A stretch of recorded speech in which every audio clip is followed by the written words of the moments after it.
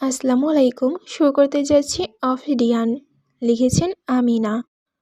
ক্রোধান্বিত রুমাইশাকে নিজের বুকের মাঝে আগলে নিল সাফওয়ান। খানিক ফুপিয়ে কেঁদে অবশেষে থামল রুমাইশা। সাফওয়ান কি হচ্ছে কিছু না বুঝে এতক্ষণ ওর মাথায় হাত বুলিয়ে দিচ্ছিল। রুমাইশা কান্না থামিয়ে সাফওয়ানের বুক থেকে উঠিয়ে সাফওয়ানের মুখোমুখি বসে চোখ মুখ মুছতে মুছতে জিজ্ঞেস করলো, কি হয়েছিল আপনার? আপনি এখানে কেন এসেছিলেন? সাফওয়ান সোজা হয়ে বসে গলা খাকারি দিয়ে বুড়োকুটি করে গম্ভীর গলায় জিজ্ঞেস করলো, সে কথা পরে বলছি, আগে বল তুই আমার ল্যাবের খোঁজ পেলি কিভাবে, আর ল্যাবের ভেতর প্রবেশ করলে কিভাবে? রুমাইশা ঠোঁট উল্টে একে একে ওর আর সাফওয়ানের করা সমস্ত কাজের বিবরণ দিল সাফওয়ানকে। শুধুমাত্র ওর আঘাতের কথাগুলো এড়িয়ে গেল। রুমাইশা আর সাফওয়ানের কার্যকলাপের ডিটেলস শুনে সাফওয়ান জরাপনায় অবাক হলো। সবচেয়ে বেশি অবাক হলো রুমাইশার ল্যাবের পাসওয়ার্ড ব্রেক করার সময়। ও ল্যাবের পাসওয়ার্ড কীভাবে ব্রেক করলো। কিন্তু তারপর মুহূর্তে ওর মনে পড়ল রুমের বাউন্ডারিতে লেজার সেট আপ করা আছে, আর এই লেজারে যে কাউকে বার্ন করার ক্ষমতা রাখে। বিষয়টা মনে পড়তেই খপ করে রুমাইশার হাত ধরে ওর সমস্ত শরীর পরখ করতে করতে বলল, লেজারে কোথায় কোথায় পুড়েছে, কতখানি পুড়েছে দেখা আমাকে দ্রুত। রুমাইশা বলতে চাইল না সাফওয়ানকে ওর শরীরে পুড়ে যাওয়ার অংশগুলোর কথা। তখন লেজার লাগে রুমাইশার শরীরের ডান দিকে বেশ কিছু জায়গায় বার্নের কারণে কালো বর্ণ ধারণ করেছে, কিছু কিছু জায়গায় ফোস্কা পড়ে লাল লাল হয়ে গেছে। কিন্তু সাফওয়ানের এমন টানা হেঁচড়াতে এক পর্যায়ে রুমাইশা কোনো কথা না বলে একে একে দেখালো সব পোড়া জায়গাগুলো। সাফওয়ান আর সময় নষ্ট না করে দ্রুত উঠে বিছানা থেকে নামতে গেল বেডরুম থেকে ওর ল্যাবে গিয়ে বার্ন ক্রিম আনার জন্য। সাফওয়ান কেমন তড়িঘড়ি করে নামতে দেখে রুমাইশা তাড়াতাড়ি করে বলে উঠল, উঠবেন না উঠবেন না, আপনার গায়ে কিছু নেই, মানে নিচে কিছু নেই। সাফওয়ান যে অঙ্গভঙ্গি করে নামার প্রস্তুতি নিচ্ছিল সেই রকমভাবেই ফ্রিজ হয়ে গেল। তারপর ঘাড় ঘুরিয়ে রুমাইশার দিকে বুড়োকুচিত করে তাকিয়ে নির্বিকার কণ্ঠে জিজ্ঞেস করলো, তো? সাফওয়ানের এমন প্রশ্নে থতমত খেয়ে গেল রুমাইশা। দমে গিয়ে এদিক ওদিক কিছুক্ষণ চোরা চোখে তাকিয়ে জিজ্ঞেস করলো, তো মানে জলজান্ত একটা মেয়ে মানুষ বসে আছে এইখানে আর আপনি বলছেন তো? লজ্জা শরমে মাথা খেয়েছেন নাকি? সাফওয়ান ওভাবেই বসে রইল রুমাইশার দিকে তাকিয়ে। ধীরে ধীরে ওর ডান বুড়ো উঁচু হয়ে গেল। চোখের দৃষ্টি চোখা করে ও তাকিয়ে রইল রুমাইশার দিকে।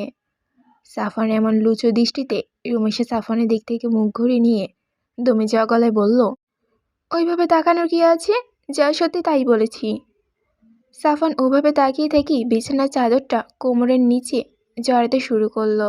জড়াতে জড়াতে বলল, অনেক কিছু বলতে পারতাম, কিন্তু আমি একটা অতি ভদ্র ছেলে দিনের বেলায়। তারপর চাদরটা জড়িয়ে বিছানা থেকে নেমে গটগট পায়ে হেঁটে সাফওয়ান ওর রুমের বুকশেলফের সামনে দাঁড়িয়ে সে নির্দিষ্ট বইটা টান দিল। সাথে সাথে বুকশেলফটা ভাগ হয়ে সরে গেল। সাফওয়ান ঢুকলো ল্যাবের ভেতর। কৌতূহলী রুমাইশাও নেমে এলো বিছানা থেকে। সাফওয়ানের পেছন পেছন সেও ঢুকলো। আর ঢুকি অবাক চোখে তাকিয়ে রইল ও। ল্যাবে ঢুকে ওর মনে হচ্ছে ও বাংলাদেশে নেই, লন্ডনে কোনো পরীক্ষাগারে ঢুকেছে। অদ্ভুত রকমের সাদা রঙা বিশাল আকৃতির ল্যাবটা যেন সম্মোহিত ভঙ্গিতে ওকে নিজের দিকে টানছে। বিস্ময় নয়নে চারপাশটা ঘুরে ঘুরে দেখতে লাগলো ও।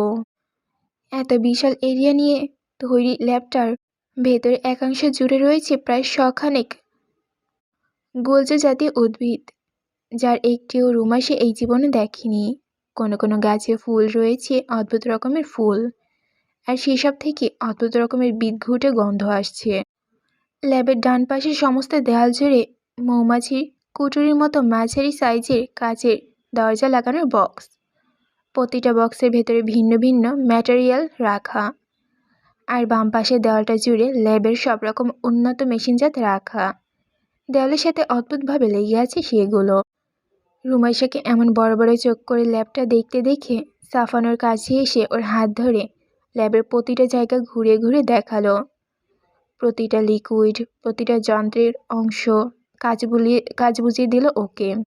রুমাইশা শুধু দেখে গেল, কিছু বুঝলো না। কিন্তু হাঁটতে হাঁটতে রুমাইশা এক সময় বুঝলো যে এই রুমটার শেষ নেই, এমন আরও রুম আছে এখানে। সাফওয়ান হেঁটে হেঁটে সেই নাম না জানা গাছগুলোর কাছে নিয়ে একটা গোলাকার লাল পাতা গাছ থেকে নির্দিষ্ট অ্যাঙ্গেলে ঘোরাতেই গাছের পেছনের দেওয়ালের অংশটা শব্দ করে সরে গেল ডান দিকে। আর এরপরই সাফওয়ান যেন ওকে নিয়ে ঢুকলো অন্য এক জগতে। এই জায়গাটা দেখে মনে হচ্ছে না যে এটা মাটির নিচ, মনে হচ্ছে পৃথিবীর বুকে এক টুকরো জঙ্গল, যেখানে বৈচিত্র্যময় সরীসৃপদের বসবাস। পায়ের নিচে কোনো শান বাঁধানো নেই, পুরোটাই মাটি। সেই মাটির উপরে অজস্র গাছপালা, আর সেখানে ছড়িয়ে ছিটিয়ে আছে অদ্ভুত দর্শনের সব রেপটাইল। গাছের ডালে কত রকমের সাপ ঝুলে রয়েছে তার হিসাব নেই।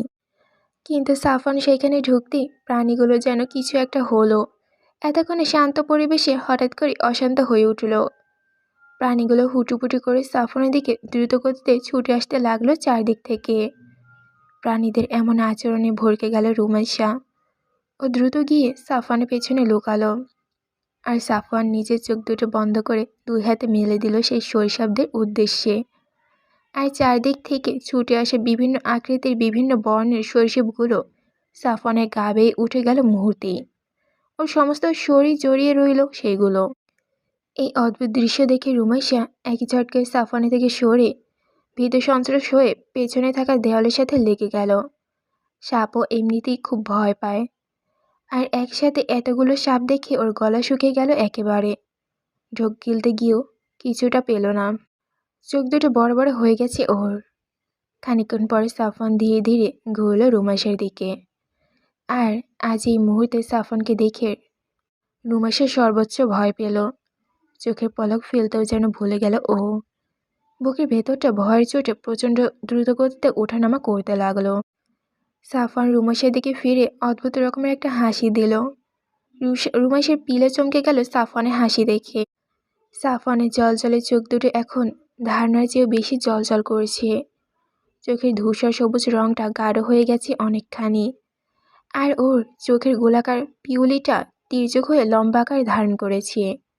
সাপরা যেমন থেকে থেকে জিহ্বা বের করে চারপাশে স্মেল নেয়, ঠিক সেভাবেই থেকে থেকে কুচকুচে কালা দ্বিখণ্ডিত লকলকে জিহ্বাটা অর্ধেকের বেশিও বের হয়ে আছে সাফওয়ানের মুখ দিয়ে। গায়ের আটশে চামড়াটা গিরগিটির শৈলের মতো যেন রং বদলাচ্ছে থেকে থেকে, লাল নীল বেগুনি হয়ে রংধনুর মতো শরীরের ময় খেলা করে বেড়াচ্ছে যেন রঙগুলো। সাফওয়ানের হাতের শিরা উপশিরাগুলো গাঢ় নীল রং ধারণ করেছে। স্পষ্ট হয়ে ভেসে উঠেছে ওর হাতের ওপর অদ্ভুতভাবে। আর ওর তীক্ষ্ণ সূচালো ক্যানাই দাঁতের দয় এই অদ্ভুত পরিবেশে স্পর্শে আলোকে ঝকঝক করছে। দেওয়ালের সাথে ভয়ে লিপটে যাওয়া রুমাইসার দিকে তাকিয়ে সাফওয়ান ওর ঝকঝকে দাঁত মেলে মাতালের মতো জোরে জোরে হাসতে লাগলো, যেন ওর মারাত্মক নেশা হয়ে গেছে এই সাপগুলোর স্পর্শ পেয়ে। আর রুমাইসা ভয়ে কাতর হয়ে অসহায় চোখে দেখতে লাগলো সাফওয়ানের এই সম্পূর্ণ নতুন রূপ। হতবিম্বল হয়ে রুমাইসা দেওয়াল হাতড়াতে লাগলো। কিন্তু ওরা যে দরজাটা দিয়ে ভেতরে ঢুকেছিল সেটা ওদের ঢোকার পরপরই আবারও আগের মতো করে বন্ধ হয়ে গিয়েছিল। সে দরজাটা যে আসলে কোথায় আছে সেটাও বোঝার উপায় নেই এখন আর। অসহায় দৃষ্টিতে সাফওয়ানের দিকে তাকিয়ে থেকে ভীত সন্ত্রস্ত হয়ে প্রাণপণে সেই দরজাটা খুঁজতে লাগলো সমস্ত দেওয়াল হাতড়ে। কিন্তু তাতে কোনো লাভ হলো না। সাফওয়ান অদ্ভুত কিন্তু ভয়ঙ্কর হাসি হেসে ধীরে ধীরে এগিয়ে আসতে থাকলো রুমাইসার দিকে। ওর ওই চোখ দুটোর দিকে তাকানো যাচ্ছে না, প্রচণ্ড রকমের হিংস্রতায় পরিপূর্ণ হয়ে আছে সেগুলো। ভয়ঙ্কর ওই চেহারার দিকে তাকালেই রুমাইসার গলা শুকিয়ে আসছে। বের হওয়ার দরজা খুঁজে না পেয়ে অবশেষে হাল ছেড়ে দিয়ে দেওয়ালের সাথে পিঠ ঠেকিয়ে সাফওয়ানের দিকে নিষ্প্রাণ দৃষ্টিতে তাকিয়ে রইল রুমাইসা। ওর আর কিছু করার নেই। সাফওয়ান যদি এখন ওকে মেরেও ফেলে তবু কিছু করা থাকবে না। মনে মনে কালিমা শাহাদাত পড়তে লাগলো ও, আর সৃষ্টিকর্তার কাছে মনে প্রাণে ক্ষমা প্রার্থনা করতে লাগলো। সাফওয়ান ওর দিকে প্রতিটা কদম এগিয়ে আসার সাথে সাথে ওর হৃদস্পন্দন বেড়ে চলল। চোখ বুঝে নিজের প্রাণপ্রিয় স্বামীর হাতে এই মুহূর্তে মৃত্যুবরণ করার জন্য প্রস্তুত। মৃত্যুকে গ্রহণ করার জন্য নিজের প্রস্তুত করে নিল ও ঠিকভাবে। আর তার কিছুক্ষণ পরই নিজের খুব কাছে সাফওয়ানের উপস্থিতি অনুভব করলো রুমাইসা। সাফওয়ানের ভারী নিঃশ্বাস পড়ছে ওর মুখের ওপর, আর সেই সাথে ও অনুভব করলো সাফওয়ানের শরীরে কিলবিল করতে থাকা অজস্র সাপ। সাফওয়ান ওইভাবে দাঁড়িয়ে রইল রুমাইসার সামনে। ওই তির্যক চোখে রুমাইশাকে দেখতে থাকলো ও। হঠাৎ করে রুমাইশার চোয়াল শক্ত হয়ে এলো। হারিয়ে যাওয়া সাহস ফিরে পেল ও হঠাৎ করে। ওর মনে মনে দীর্ঘ বিশ্বাস নিয়ে শক্ত হয়ে দাঁড়িয়ে রইল, এটা জেনেও যে সাফান ওর কোনো ক্ষতি করবে না। সাফান তো ওকে ভালোবাসে, ও তো সাফানের স্ত্রী। সাফান ওকে কেন আঘাত করবে? মোটেও সাফান আঘাত করবে না ওকে। এতক্ষণ ওর সাফান স্বাভাবিকই ছিল। এই শৈশবগুলোর ছোঁয়াপেই সাফান এমন অস্বাভাবিক হয়ে গেছে। এদের মাঝে কোনো ঝামেলা লুকিয়ে আছে, যা ও বুঝতে পারছে না। ওর চোখ মেলার প্রয়োজন এখনই। এইভাবে ভয় পেয়ে চোখ বন্ধ করে রাখলে কিছু হবে না। কিছুক্ষণ ভেবেচিন্তে নিজের মনের সাথে যুদ্ধ করল। আশঙ্কিক চোখ মেলল রুমাইশা। আর চোখ মেলতেই সাফওয়ানের শরীরে জড়ানো একটা কুচকুচে কালো সাপকে মুখ তুলে একেবারে ওর ঠোঁটের কাছে এগিয়ে থাকতে দেখল। সেটার লকলকে কালো জিহ্বা থেকে থেকে বের হচ্ছে। চোখে তার অদ্ভুত দৃষ্টি রুমাইশার দিকে নিস্তব্ধ, যেন জিহ্বা দ্বারা এখনই রুমাইশার ঠোঁট ছুঁয়ে দিবে সাপটা। হঠাৎ করে সামনে পড়ে সাপের চেহারা পেয়ে রুমাইশা নিজের অজান্তেই চমকে ওঠে। আশঙ্কিকভাবে ক্ষিপ্ত গতিতে সাপটার গলা ধরে টেনে ছুঁড়ে ফেলে দিল একপাশে। কিন্তু সাপটাকে ছোঁয়ার সাথে সাথে সাপটার গলা যেন পুড়ে গেল। সাপটার গলা থেকে ধোঁয়া উঠতে লাগলো। পোড়া মাংসের গন্ধে বাগানটা ভরে উঠল যেন।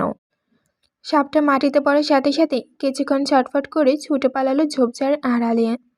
রুমাইশা অবাক দৃষ্টিতে একবার সাপটার দিকে দেখল, তারপর দেখল নিজের হাতখানা। এদিকে সাপটা সাফওয়ানের দেহ থেকে হঠাৎ করে ছুটে যাওয়ায় সাফওয়ান যেন টাল সামলাতে পারল না। সে টালমাটাল হয়ে গেল। ঘুরে পড়ে যাওয়ার উপক্রম হলো ওর। রুমাইশা তখনই বুঝে গেল ওর কী হতে চলেছে। সাথে সাথে সাফওয়ানকে একেবারে কাছে এসে সাফওয়ানের নিজের সমস্ত শক্তি দিয়ে প্রাণপণে জড়িয়ে ধরার চেষ্টা করল, তাও আবার সব কিলবিল করা সাপ শুদ্ধ।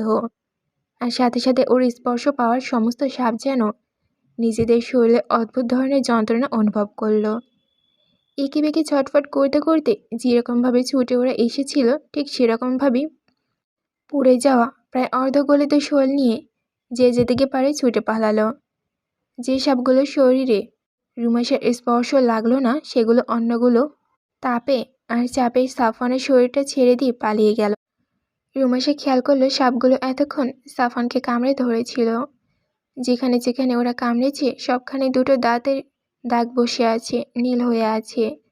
কিন্তু আশ্চর্যের বিষয় হচ্ছে সে দাগগুলো মুহূর্তে আবার মিলিয়ে যাচ্ছে। রুমাইশা বুঝল সাফওয়ান এত ভয়ঙ্কর রূপের কারণ। কয়েকদিন পর পর সাফওয়ান ছাদ থেকে লাফ দিয়ে আসলেই এদিকে কেন আসতো এতদিনে বুঝে গেল ও। কিন্তু কেন আসবে ও নিজের ক্ষতি করার জন্য? সাপগুলো তো ওর শরীরে বিষের পরিমাণ আরও বাড়িয়ে দিচ্ছে। তারপরও কেন আসে এখানে? নাকি ওর অভ্যাস হয়ে গেছে সাপদের বিষটা? ওর হঠাৎই অসুস্থতা কি এই বিষের অভাবেই হয়েছিল? কিন্তু এদিকে সাফওয়ানের শরীর থেকে সবগুলো সাপ এক ঝটকে ছুটে যাওয়ায় সাফওয়ান নিয়ন্ত্রণ হারালো নিজের উপর থেকে। টালমাটাল হয়ে পড়ে যেতে নিল ও। আর তারপরে নিজেকে সামলে নিয়ে প্রচণ্ড ক্রোধ হিতাহিতে জ্ঞানশূন্য হয়ে গেল ও। দাঁতে দাঁত চেপে মুখ দিয়ে অদ্ভুত চাপা গড়গড় শব্দ করতে করতে এগিয়ে এলো রুমাইশার দিকে। রুমাইশা ভয় পেল না, সেখানেই দাঁড়িয়ে রইল। সাফওয়ান ওর কোনো ক্ষতি করবে না সে বিশ্বাস জীবনের ঝুঁকি নিয়ে ঠাঁই দাঁড়িয়ে রইল ও, এক পাও নড়ল না। সাফওয়ান ক্ষিপ্ত হয়ে এগিয়ে গেল রুমাইশার দিকে। এই মুহূর্তে ওর প্রাণপ্রিয় স্ত্রী ওর রিমুকে ও চিনতে পারল না। ক্ষিপ্ত গতিতে রুমাইশাকে ধাক্কা দিয়ে সরিয়ে দিল নিজের সামনে থেকে। ধাক্কা খেয়ে রুমাইশা ছিটকে পড়ে বাড়ি খেলো পেছনের দেওয়ালে। আর তারপরে সাফওয়ান বিদ্যুৎ গতিতে রুমাইশার কাছে এসে রুমাইশার গলা ঘাড় উঁচু করে এক ঝটকায় উপরে উঠিয়ে নিজের উচ্চতা সোজাসুজি করে নিল। রুমাইশা ৫-০ থেকে উঠে গিয়েছে প্রায় ১ ফুট উপরে। সাফওয়ান ইস্পাত কঠিন হাতে চাপে দম বন্ধ হয়ে আসার উপর হলো ওর। আর তারপরেই সাফওয়ান বিদ্যুৎ গতিতে রুমাইশার কাছে এসে রুমাইশার গলার ঘাড় উঁচু করে এক ঝটকায় উপরে উঠিয়ে নিজের উচ্চতায় সোজাসুজি করে নিল। রুমাইশা ৫-০ থেকে উপরে উঠে গেল প্রায় ১ ফুট। সাফওয়ানের ইস্পাত কঠিন হাতে চাপে দম বন্ধ হয়ে আসলো ওর। আর তারপরই সাফওয়ান ওর গলা চেপে ধরে ক্ষিপ্ত গতিতে ওকে টেনে নিল নিজের মুখের কাছে। একদম ওর গলা আর বিটুবনের মাঝখানে বসিয়ে দিল ওর বিষ দাঁত। আর ছুঁড়ে দিল ওর মারাত্মক বিষাক্ত ভেনমের খানিকটা রুমাইশার গলাতে। আর সেই ভয়ঙ্কর কামড়টা দিয়েই আবার রুমাইশাকে ছুঁড়ে দিল পেছনের থাকা দেওয়ালের দিকে। ছিটকে পড়ে দেওয়ালে বাড়ি খেয়ে মাটিতে আছড়ে পড়ল রুমাইশা। অসহ্য যন্ত্রণায় দিয়ে ভেনমটা সারা শরীর ছড়িয়ে পড়তে লাগলো ওর। মুখটা ওর এখনো সাফওয়ানের দিকে ফেরানো। সাফওয়ান নিজের হুঁশে নেই। উম্মাদের মতো মাটিতে হাঁটু গেড়ে বসে অর্থহীন আর্তনাদ করতে থাকলো ও। মাটিতে আছড়ে পড়া রুমাইশার চোখ দুটো বিষের প্রকোপে ধীরে ধীরে বন্ধ হয়ে আসতে লাগলো। তবু শেষবারের মতো বড় বড় করে চোখ মেলে তাকালো একবার সাফওয়ানের দিকে। সাফওয়ানের চেহারাটা দেখে নিল ও। হাঁটু গেড়ে বসা সাফওয়ানের বিশাল শরীরটা ধীরে ধীরে মাটিতে শুয়ে পড়ল। কণ্ঠস্বর স্মিত হয়ে এলো। আর তারপর জ্ঞান হারালো সাফওয়ান। অসহায় চোখে সাফওয়ানের এই মাটিতে পড়ে যাওয়ার দৃশ্য অবলোকন করে রুমাইশা চোখ দুটো বন্ধ হয়ে গেল একেবারে। রাত নেমে এসেছে ধরণীতে। পাতালের ল্যাবে মাটিতে পড়ে আছে দুইজন মানবী। কতটা সময় পার হয়ে গেছে তার কোনো হিসাব নেই। রুমে থাকা সাফওয়ান আর রুমাইশার ফোন শত শত মিসড কল এসেছে, কিন্তু সেটা দেখার কেউ নেই। মাটিতে মুখ থুবড়ে পড়ে থাকা সাফওয়ান একসময় ধীরে ধীরে চোখ খুলল। আশেপাশের সাপগুলো ওর থেকে দূরত্ব বজায় রেখে মাথা উঁচু করে দেখছে ওকে, কিন্তু কেউ কাছে আসছে না। সাফওয়ান কিছুক্ষণ তাকিয়ে রইল সেদিকে। কিছু মনে পড়ছে না ওর হঠাৎ করেই। সাপগুলো থেকে দৃষ্টি ফিরিয়ে ঘাড় ঘুরিয়ে ডান দিকে চোখ ফেরালো। আর চোখ ফেরাতেই দেখতে পেল রুমাইশার নিথর দেহ। হকচকিয়ে হয়ে দ্রুত পায়ে উঠে দাঁড়িয়ে দৌড়ে সেদিকে গেল সাফওয়ান। মাটিতে উপুড় হয়ে পড়ে আছে রুমাইশা। সাফওয়ান গিয়ে হাঁটু ঘিরে বসল রুমাইশাকে তড়িঘড়ি গতিতে সোজা করে নিচের দিকে ঘোরালো। আর ফিরিয়ে ঝটকা খেলো। রুমাইশার গলার ওপর ওরই ছোবলের দাগ। সেই জায়গাটা নীল হয়ে আছে, রক্ত পড়ায় শুকিয়ে গেছে। কামড়ের জায়গার আশেপাশে শিরা উপশিরাগুলো নীলবর্ণ ধারণ করেছে। সমস্ত কিছু মনে পড়ে গেল ওর। নিজের করা এত বড় ভুলের কারণে সাফওয়ান যেন অথই সাগরে পড়ল। হতবিম্ব হয়ে চেয়ে রইল রুমাইশার নিথর দেহের মুখের পানে। বিড়বিড় করে ডাকলো, রিমু, রিমু রে, আমি কী করলাম এটা? কী করলাম আমি? আমার রিমু, রিমু, চোখ খোল রে পাখি। রুমাইশা ঠান্ডা হয়ে যাওয়া দেহ স্পর্শ করে সাফওয়ান চোখে ঝাপসা হয়ে এলো। ব্রু দুইটা অসহায় হয়ে কুঁচকে গেল ওর। রুমাইশার মুখটা আলতা করে ধরে মুখের ওপর হাত বোলাতে বোলাতে রুমাইশাকে ডাকতে থাকলো ও। শোনা রে, আমার কলিজার টুকরা, চোখ খোল পাখি। আমি কী করলাম এটা? আমার জান, আমার রিমু, চোখ খোল রে মনা আমার। আর এরপর ডুকরে কেঁদে উঠল রুমাইশার নিস্তেজ মুখের ওপর নিজের মুখখানা ধীরে ধীরে রেখে। চরম বেদনা মিশানো একটা চিৎকার দিয়ে কান্নায় ভেঙে পড়ল সাফওয়ান। ওর চিৎকারে ঝোপঝাড়ের সমস্ত শৈশবগুলো চকিত হয়ে গেল। সাফওয়ানের থেকে একটা নিরাপদ দূরত্বে সরে গেল ওরা সবাই। খানিকক্ষণ পর সাফওয়ান কান্না থামিয়ে রুমাইশাকে মাটিতে শোয়ালো। তারপর শেষ আশা নিয়ে নিজের দেহটা ঝুঁকে কান পাতল রুমাইশার বুকে, ওর প্রাণস্পন্দন শোনার চেষ্টায়। আর মনে মনে সৃষ্টিকর্তার নিকট প্রার্থনা করল যেন তিনি ওকে নিরাপদ রাখেন, আর তাকে যেন নিরাশ না করে। ওর প্রাণপ্রিয় স্ত্রী যেন ওকে ছেড়ে চলে না যায়, ওর কাছে যেন থেকে যায়। খানিকক্ষণ বুকের উপর কান পেতে থাকার পর হৃদস্পন্দন ক্ষীণ শব্দ কানে এলো সাফওয়ানের।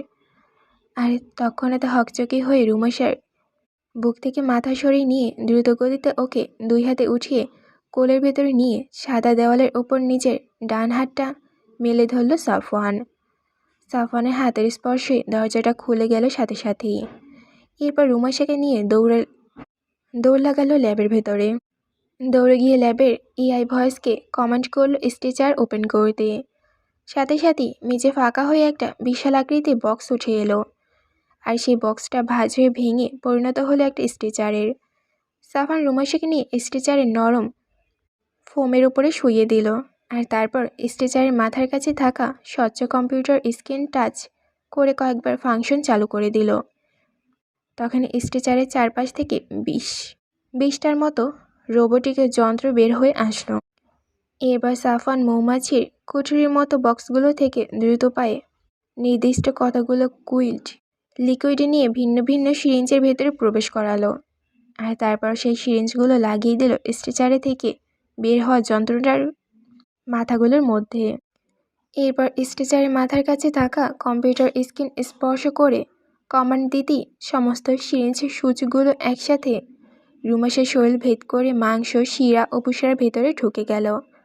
আর সাথে সাথে স্ট্রেচারের ওপরে ভয়ানকভাবে লাফালাফি করে ছটফট করতে থাকলো রুমাইশা। সাফান চোখ মুখ শক্ত করে সে দৃশ্য দেখতে থাকলো। ওর কাছে আর কোনো রাস্তা নেই এটা করা ছাড়া। নিজের ভেনমের অ্যান্টিভেনম নেই ওর কাছে। ছোটবেলার কামড়ের ভেনমটা ব্ল্যাক মাম্বার ছিল, কিন্তু এখন সে ভেনমটা বদলাতে বদলাতে সম্পূর্ণ নতুন এক ভেনম সৃষ্টি হয়েছে, যার কোনো অ্যান্টিভেনম নেই। আর ও নিজেও অ্যান্টিভেনম তৈরি করে উঠতে পারেনি, কিন্তু রুমাইশাকে বাঁচানোর একটা শেষ চেষ্টা করলো। রুমের শরীরে দেওয়া ফ্লুইডগুলো সাফওয়ানের শরীরে বিভিন্ন রকমের ফ্লুইডের সংস্করণ। এতকাল যাবৎ নিজেকে সুস্থ করতে আর নিজের ভেনমের অ্যান্টিভেনম তৈরি করতে যতবার পদক্ষেপ নিয়েছিল ও ততবারই কিছু না কিছু ফ্লুইড ক্রিয়েট করে ফেলেছিল ও, যার একটাও ওর উদ্দেশ্য সফল করতে পারেনি। কিন্তু সেগুলো সযত্নে রেখে দিয়েছিল সাফওয়ান এতদিন, আর আজকে সেগুলো ব্যবহার করেছে। ও জানে না এতে রুমাইশা বাঁচবে কি না, ওর কোনো ধারণা নেই এই বিষয়ে। এটাই রুমাইশাকে বাঁচানোর প্রথম আর শেষ উপায়। যে পরিমাণ ভেনমের উপস্থিতি রুমাইশার শরীর ও দেখেছে, তাতে রুমাইশা যে এখনও বেঁচে আছে সেটা আশ্চর্য একটি ব্যাপার। সাফওয়ান স্ট্রেচার থেকে কিছুটা দূরে দাঁড়িয়ে রুমাইশার ছটফটানি দেখতে থাকলো। চেহারা দেওয়া শক্ত ওর, হাত দুটো মুষ্টিবদ্ধ, চোখের কোণায় বাষ্প। কিছুক্ষণ পরে সাফওয়ান রুমাইশাকে ওভাবেই রেখে চলে আসলো বেডরুমে। কভার থেকে একটা ট্রাউজার বের করলো ও পরলো ওটা। তারপর আবারও ল্যাবে এসে একটা কম্পার্টমেন্ট থেকে কয়েকটা বিশালাকার সাদা রঙা তরল ভর্তি চারকোনা ব্যারেল বের করলো। আর তারপর স্ট্রেচারে ছটফটে রুমাইশার দিকে একবার তাকিয়ে ব্যারেলগুলো দুই হাতে উঁচু করে নিয়ে চলল রেপটাইনদের আবাসস্থলের দিকে। চোখ মুখ ভয়ানক রকমের শক্ত করে আছে সাফওয়ান। নিজের ওর এই মুহূর্তে শেষ করে দিতে ইচ্ছে করেছে, কিন্তু সেটা সম্ভব নয়। ল্যাব থেকে বেরিয়ে ঝোপঝাড়পূর্ণ রেপটাইনদের আবাসস্থলে পা রাখলো। চারপাশটা একবার শেষবারের মতো মন ভরে দেখে নিল। মোস্তফা আহমেদ তৈরি করা এই অসম্ভব সুন্দর রেপটাইনদের অভয়ারণ্য বাগানটাকে ও দেখে নিল শেষবারের মতো। কত রকমের দুষ্প্রাণ্য গাছপালা দিয়ে ভরে আছে এই সমস্ত এলাকাটা, তার হিসাব নেই। কত শত ধরনের সরীসৃপ এইখানে বসবাস করছে, বংশবিস্তার করছে এত বছর ধরে, তার কোনো হিসাবই নেই। সাফওয়ান বড় করে একটা শ্বাস টানল, আর তারপর হাতে আনলো ব্যারেল। ওগুলো থেকে দাহ তরলগুলো ঢালতে থাকলো সমস্ত বাগান জুড়ে। এই নেশা ও আর নিজেকে রাখতে পারল না। এই নেশাগুলোকে আর ও জীবনেও নিজের কাছে রাখবে না, তাতে ওর যা হয় হবে। আজও রুমাইশার ল্যাবের ভেতর মৃত্যুর পথযাত্রী হয়ে শুয়ে আছে স্ট্রেচারে, শুধুমাত্র ওর এই ভয়ঙ্কর নেশার জন্য। প্রতিবার এই সাপগুলো ছোবল ট্রিগার হয় ও, আর ওর সমস্ত হিংস্রতা আগের মতো করেই ফিরে আসে ওর কাছে। সিঙ্গাপুরে এই একটা কাজ হতো ওর সাথে, ওর সংগ্রহের সমস্ত সাপগুলো নিজের শরীরের সাথে মিশিয়ে নিয়ে শুয়ে থাকতো ও সমস্ত রাত জুড়ে। আর প্রতি রাতে ওর হিংস্রতার পরিমাণ বেড়ে যেত চক্রবিন্দু হারে। সাপগুলো এই বিষাক্ত ছোবল ওর কাছে ছিল মাদকতার মতো, মাদকের মতো, যা না পেলে ওর মাথা কাজ করতো না। এই অভ্যাসটা ওর হয়েছিল সে প্রথম থেকেই। আর না, আর এটাকে প্রশ্রয় দিবে না ও। আজও ধ্বংস করে দিবে সব, আর কিছুতেই কিছু রাখবে না। ওর কারণে ওর রিমু দুইবার মৃত্যুর পথযাত্রী হলো, আর এখন সে বাঁচবে কি না তার কোনো নিশ্চয়তা নেই। এই জঙ্গল কোনো কাজে আসবে না ওর, আর এসবের কোনো মূল্য নেই এখন আর ওর কাছে। সব শেষ হয়ে যাক, সব পুড়ে যাক, সব পুড়ে ছারখার হয়ে যাক। সমস্ত বাগান জুড়ে কেরোসিন আর পেট্রোল ঢেলে সাফওয়ান ফিরে এলো আবার দরজার নিকট। আর তারপরে চোখ মুখ শক্ত করে ট্রাউজারের পকেট থেকে একটা লাইটার বের করে জ্বালিয়ে ছুঁড়ে মারল বাগানটার ভেতরে। আর সাথে সাথে দপ করে জ্বলে উঠল পুরো বাগানময়, ছড়িয়ে গেল আগুনগুলো লোহিত শিখা। সাফওয়ানের ইচ্ছে করলো এই আগুনের ভেতরে ঝাঁপিয়ে পড়তে। এই জীবন আর ভালো লাগছে না ওর, মুক্তি চায় ও এই জীবন থেকে। জ্বলতে থাকা গাছপালার দিকে তাকিয়ে একটা দীর্ঘশ্বাস ফেলল ও। ল্যাবের ভেতরে গিয়ে দরজাটা আটকে দিয়ে রুমাইশার পাশে বসলো। রুমাইশার চটফটানি এখন একেবারেই নেই, স্থির হয়ে গেছে রুমাইশা একেবারে। কম্পিউটার স্ক্রিনে রুমাসার হার্টবিট দেখল সাফওয়ান। ক্ষীণগতিতে চলছে সেটা। যে কোনো সময় হয়তো রুমাসার জীবনের প্রদীপ নিভে যাবে একেবারেই। চোখের সামনে মুর্মুষ রুমাইশাকে এইভাবে পড়ে থাকতে দেখে সাফওয়ান নিজেই এই মুহূর্তে প্রচণ্ড রকম অসহায় লাগছে। দেওয়ালের ওপাশে এখনও আগুন জ্বলছে। ও স্ক্রিনে রুমাসার হৃদস্পন্দনের দিকে তাকিয়ে রইল। শুধু একটিবার ও উঁচু নিচু হয়ে রয়ে বয়ে চলা দাগটা যদি সোজা হয়ে যায়, সাথে সাথে ও ওই আগুনের ভেতর নিজেকে সঁপে দেবে। ওর রুমে যদি কিছু হয়ে যায়, তবে ওর আর বেঁচে থাকার কোনো কারণই থাকবে না এই পৃথিবীতে। খানিক পর সাফওয়ানের বুকটা কাঁপিয়ে দিয়ে হঠাৎ করে কম্পিউটারের স্ক্রিন বয়ে চলা উঁচু নিচু দাগটা সোজা হয়ে একটা বিপ বিপ শব্দ করে এগিয়ে যেতে লাগলো।